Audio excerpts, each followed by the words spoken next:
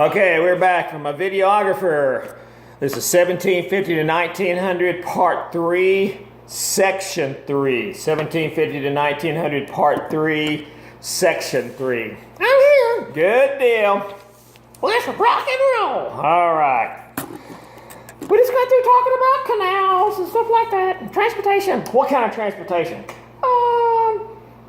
Steam railroad, Good. steamboat, Good. and canals. Very good. That'll work. All right. During this time period, there was also major developments in communication, such as the Internet, no 1750 to 1900. telephone, Not yet. Even before that. smoke signals. No. After smoke signals. What are you doing? I'm typing out the Morse code.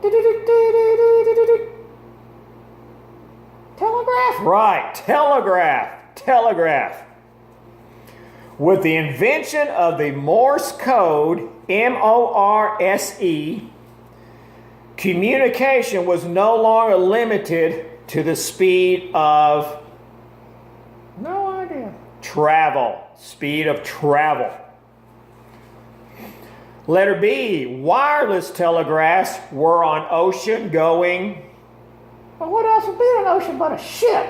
That's right, ships. Can you kind of explain some of that? You bet. Telegraph's a brand new thing. And the one I just got through doing,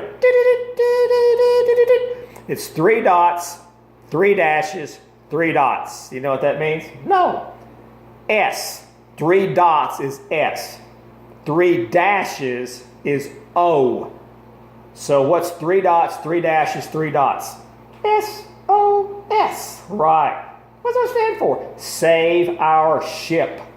That was a universal distress call.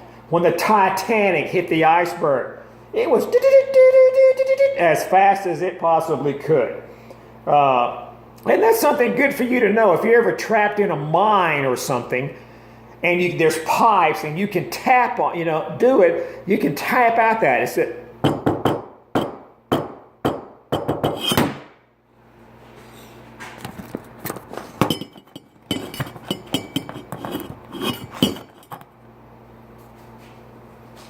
Uh-oh. yeah, I need to tap on something other than what my camera's on. So just tap 3 quick ones.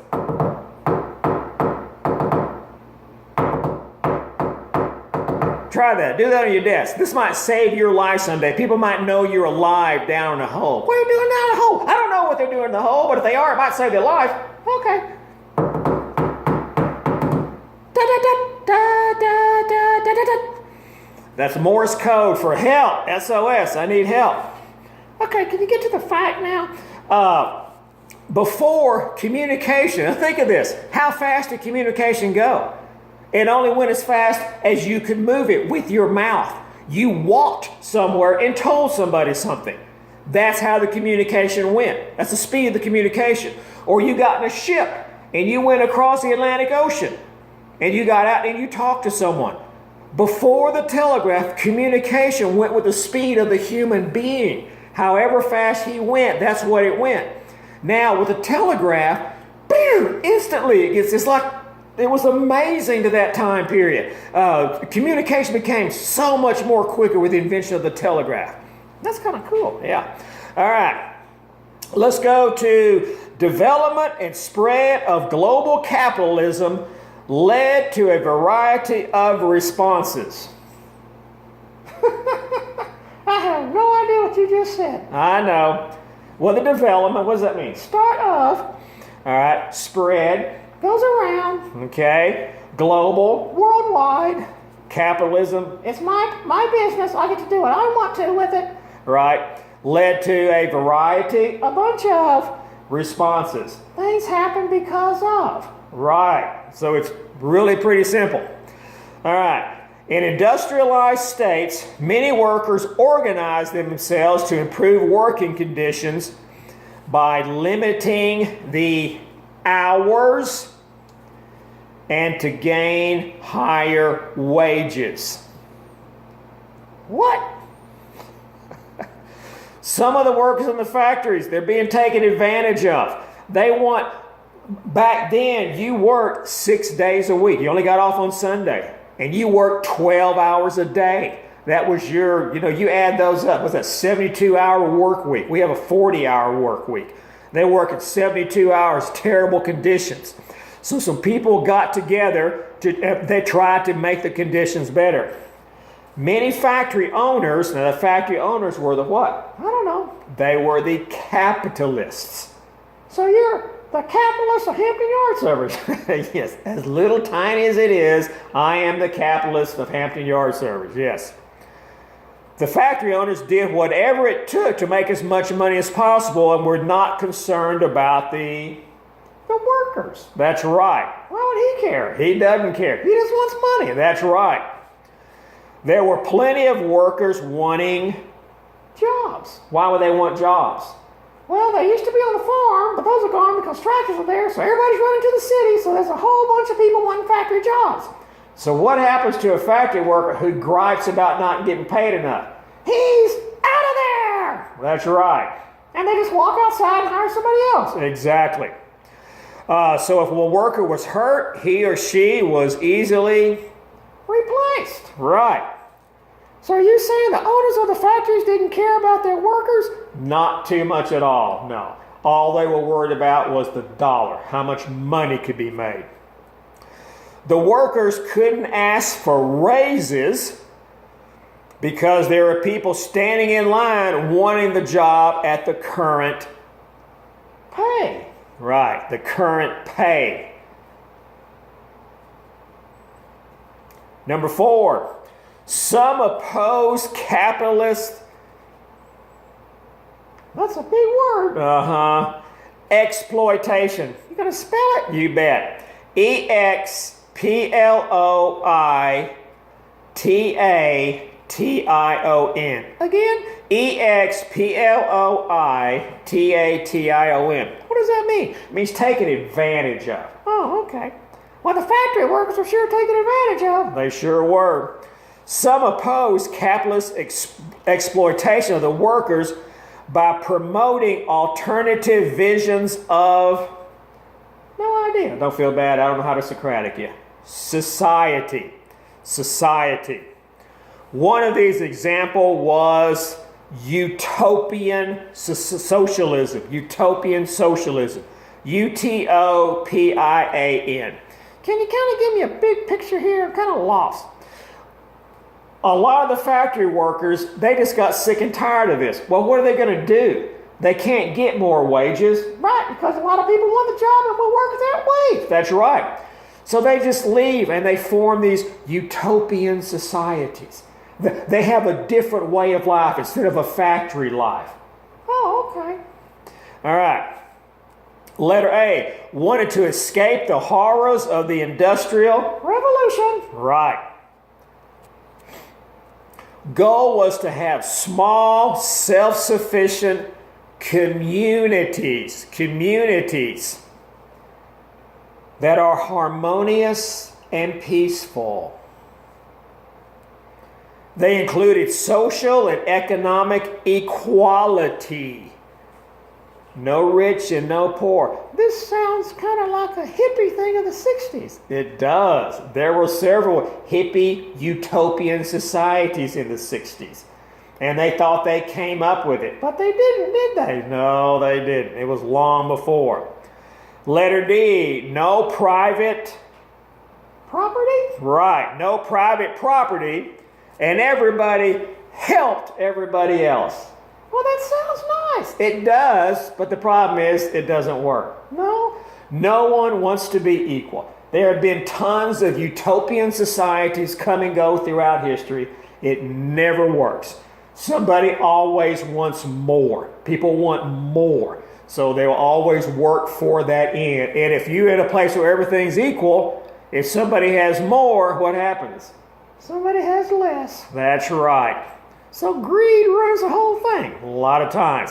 But understand the purpose of this. People are getting sick of the Industrial Revolution. They're getting sick of working in the factories for, pennies and dangerous conditions. And nobody cares if they get their arm chopped off. Their job is to tourniquet it up, don't bleed on the floor, and get outside as fast as you can so a new guy can come take your place. So some people go, heck with this. We're going to form our own society. We're going to leave the city and form a utopian society. Okay. All right, another alternative vision of society. So utopia was an alternative vision of society? Yes, it was. Was Marxism. Marxism. That sounds kind of communist to me. Yeah, it is communist, yeah. Letter A, created by Karl Marx, Marx, in the 19th century. When was the 19th century? 1800s. Ooh, that's in the unit we're in. Yes, it is.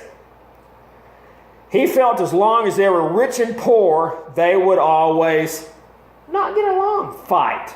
Okay. They would always fight. Marx says if you have rich people and you have poor people, they're always going to fight because the poor want to be rich. And the rich know the only reason they're rich is because the poor are poor. So the rich have to keep the poor poor. What? Oh. Letter C. Believed in overthrowing the Factories? No, not the factories. Running the whole show. The government. Right. Believed in overthrowing the government and have factories owned by the People. By the people. If the people own the factories and not some capitalist person, then everybody gets a fair share. Now the factory owner is a multi-billionaire. What happened? Kind of had a little burp there. Okay, go on. Maybe they didn't notice. They would have not noticed he hadn't brought it out. All right. And I lost my place. Talking about Karl Marx. Right. Factories owned by the people. Ooh, if they're owned by the people, then everybody gets a fair share of it. Everybody has the same amount. Wait, isn't that kind of like utopia? Well, not exactly because they weren't self-sufficient. But on the other hand, some similarities because everybody was the same. But you said that didn't work. It doesn't work. Well, that's communism. Yes, it is. Look what happened to Russia. Russia fell. They're no longer communist. What about China? That's a little different kind of communism. We'll get to that. Okay. All right. Letter D, rejected the whole 19th century political and economic model. Political and economic model.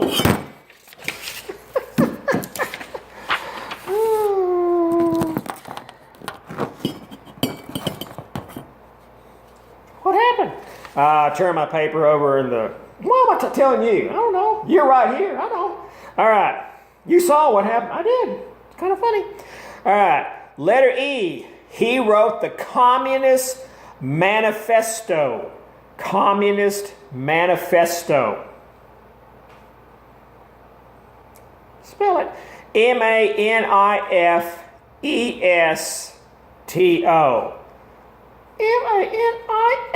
Manifesto.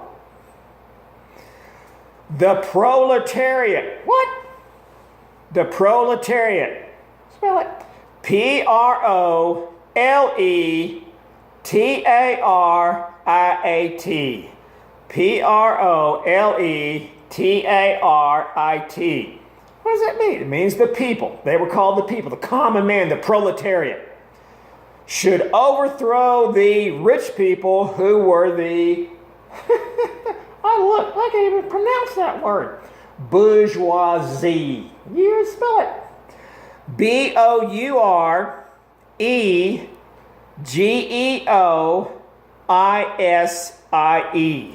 Spell it again, please. Bourgeoisie. Bourgeoisie. Those are the rich people.